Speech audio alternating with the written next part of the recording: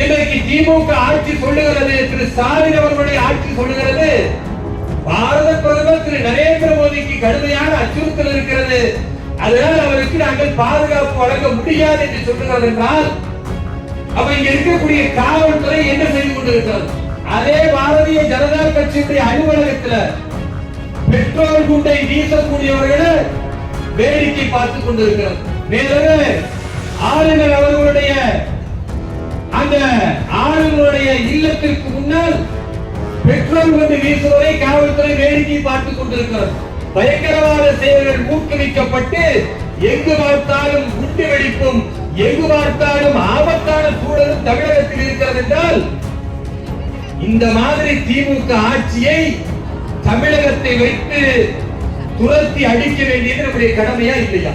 உங்களுக்கு பிரதமரை பாதுகாக்க முடியாவிட்டால் அதற்கு ஏற்ப இந்த காவல்துறையும் உளவுத்துறையும் நீங்க தகுதியற்றவர்கள் என்று திரு ஸ்டாலின் அவர்கள் நினைத்தால் நீங்கள் ஆட்சியை கலைத்து விட்டு செல்லுங்கள். பாரதிய ஜனதா கட்சியின் தலைமையிலான ஆட்சி தமிழகத்தின் சட்டமன்றத்தை ஆளும் பொழுது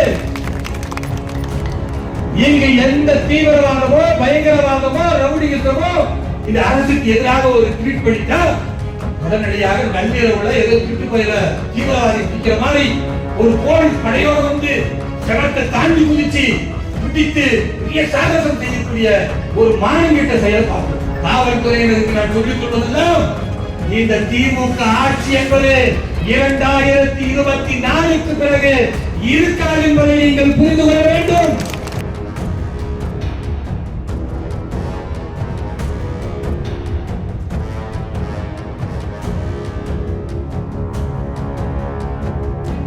தமிழகத்தில் வரக்கூடிய 18ஆம் தேதி கோயம்புத்தூர் வருகிறார்.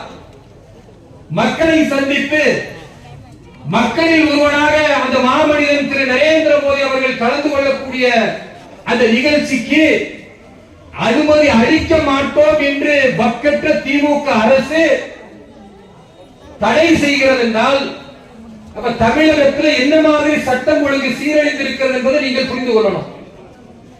சாதாரண பாரதிய ஜனதா கட்சியினுடைய தொண்டர்களுக்கு இந்துத்துவ சித்தாந்தத்தை பேசக்கூடிய எங்களை போன்ற பல தலைவர்களுக்கெல்லாம் கடும் அச்சுறுத்தல் இருக்கக்கூடிய சூழலில் இன்றைக்கு திமுக ஆட்சி சொல்லுகிறது, திரு ஸ்டாலின் அவர்களுடைய ஆட்சி சொல்லுகிறது, பாரத பிரதமர் திரு நரேந்திர மோடிக்கு கடுமையான அச்சுறுத்தல் இருக்கிறது, அதனால் அவருக்கு நாங்கள் பாதுகாப்பு வழங்க முடியாது என்று சொல்லுகிறது என்றால், அப்ப இங்க இருக்கக்கூடிய காவல்துறை என்ன செய்து கொண்டிருக்கிறது?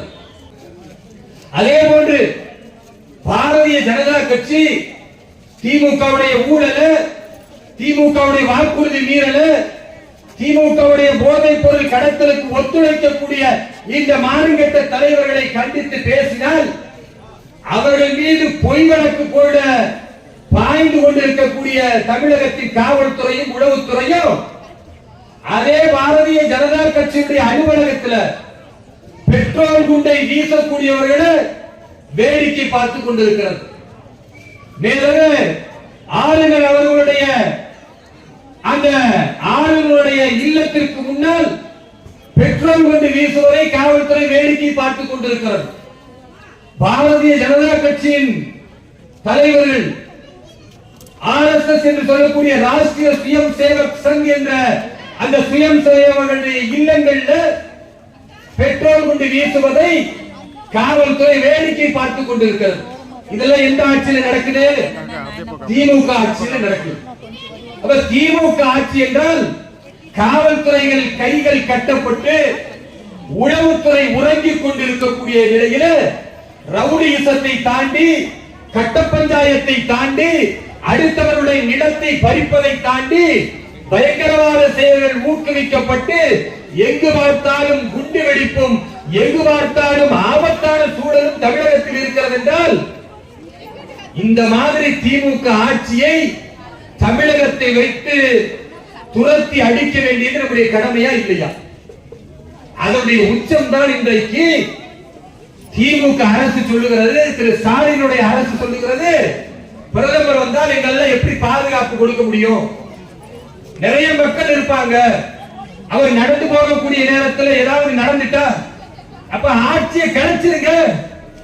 உங்களுக்கு பிரதமரை பாதுகாக்க முடியாவிட்டால்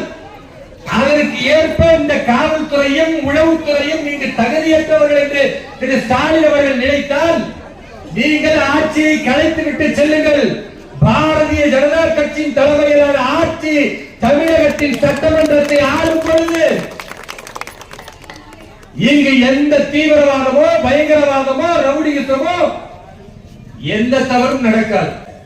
குற்றவாளிகளை அடைக்கலம் கொடுக்கக்கூடிய ஒரு அரசாக திமுக அரசு இருக்கிறது. ஆனா பாரதிய ஜனதா கட்சியுடைய நிர்வாகிகள் ஏதாவது சமூக வலைதளத்துல இந்த அரசுக்கு எதிராக ஒரு ட்வீட் பண்ணிட்டா உடனடியாக நள்ளிரவுல ஏதோ திருட்டு பயில தீவிரவாதி பிடிக்கிற மாதிரி ஒரு போலீஸ் படையோடு வந்து செவத்தை தாண்டி குதிச்சு பிடித்து பெரிய சாகசம் செய்யக்கூடிய ஒரு மானங்கெட்ட செயலை பார்க்கிறோம். காவல்துறையினருக்கு நான் சொல்லிக் கொள்வதெல்லாம் இந்த திமுக ஆட்சி என்பது 2024க்கு பிறகு இருக்காது என்பதை நீங்கள் புரிந்து கொள்ள வேண்டும். இதுபோன்ற செய்திகளை மேலும் தெரிந்து கொள்ள எங்களது யூடியூப், Facebook மற்றும் Twitter ஆப்களை சப்ஸ்கிரைப் செய்யவும்.